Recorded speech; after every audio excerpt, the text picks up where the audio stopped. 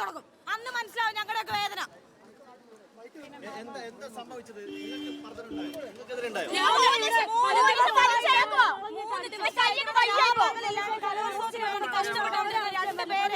ഒരു പ്രകോപനമില്ലാണ്ട് കലോത്സവത്തിന് ഒപ്പന ടീമിനോട് വന്ന് അവരെ വണ്ടിയെ ഇറക്കി അടിച്ച് ഉപദ്രവിച്ച അവരെ കോളേജിലെ പിള്ളേരാ. അതിനെതിരെ ചോദിക്കാൻ വന്ന് അത് ഈ കൊണ്ടുപോയ പോലീസിന്റെ കൺമുന്നിൽ ഇട്ടിട്ട് ഇതൊക്കെ നടന്നു. പോലീസുകാരെ വിട്ടുകൊടുത്ത് അവർക്ക് കൊല്ലാൻ വേണ്ടി. എന്നിട്ട് ഇവിടെ ഞങ്ങളെ അവഹേളിക്കുന്ന രീതിയിൽ പാട്ട് വെച്ചപ്പോ അത് നിർത്താൻ പോലും കാണിച്ചാലുണ്ടല്ലോ സിദ്ധാർത്ഥയുടെ ഒറ്റ പോലും എടുക്കുമ്പോൾ മരിക്കത്തില്ലായിരുന്നു. അല്ലാണ്ട് ഓരോരുത്തരും ഓരോ സ്ഥലത്ത് മരിക്കുമ്പോൾ ഓരോരുത്തരും ഇന്ന് കരഞ്ഞിട്ടൊന്നും കാര്യമില്ല. വേണ്ട സമയത്ത് പ്രതികരിക്കണം. അല്ലാണ്ട് ഇതുപോലെ ഞങ്ങളെ പോലെ ചോദിക്കാൻ വന്നവരെ പിടിച്ച് പോലീസ് ജീപ്പിൽ ഇട്ടുകൊണ്ട് കൊണ്ടുപോകല്ല വേണ്ടത്.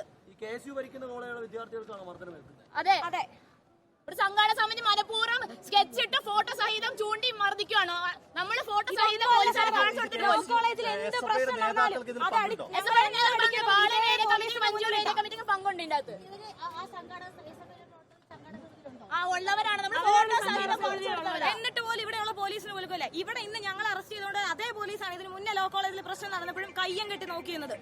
പിന്നെ എന്തിനാ ഇവര് പോലീസിന് പറഞ്ഞിരിക്കുന്നത് ഞങ്ങൾക്ക് രക്ഷപ്പെടുക്കാൻ? അല്ലെങ്കിൽ ലോ കോളേജിൽ എപ്പോൾ പ്രശ്നം നടന്നാലും KSUക്കാരെ അവിടുന്ന് മാറ്റുക എന്നല്ലാതെ ഈ SFIക്കാർക്കെതിരെ ഒരു നടപടി എടുക്കാൻ പോലും ഈ പറയുന്ന ഒരു പോലീസുകാരെയും ഞങ്ങൾ അങ്ങോട്ട് കണ്ടിട്ടില്ല. രാവിലെ ഇവിടെ ഒപ്പനയ്ക്ക് കുട്ടികളെ കൊണ്ട് വന്നവരെയാണ് വളഞ്ഞിട്ട് ആക്രമിച്ചത്. കഷ്ടമുണ്ട്. ഇവിടെ 3 ദിവസമായിട്ട് ഓരോ ടീമിന് വേണ്ടി ഇറങ്ങുന്ന ഊണ് ഉറക്കമില്ലാണ്. ഇവർ ഇവിടെ പറഞ്ഞല്ലോ അതുപോലെ ഊണ് ഉറക്കമില്ലാണ് ഞങ്ങൾ ഇറങ്ങിയതാ. എന്നിട്ട് ഞങ്ങളുടെ കൂടെ ഉള്ളവനെ തല്ലി ചതച്ചപ്പോ ചോദിക്കാൻ വന്ന് ഞങ്ങളെ പിടിച്ചോണ്ട് പോകുന്നു. ഇതിനെവിടുത്തെ ന്യായമാണ്? നിങ്ങൾ തന്നെ പറഞ്ഞാൽ മതി.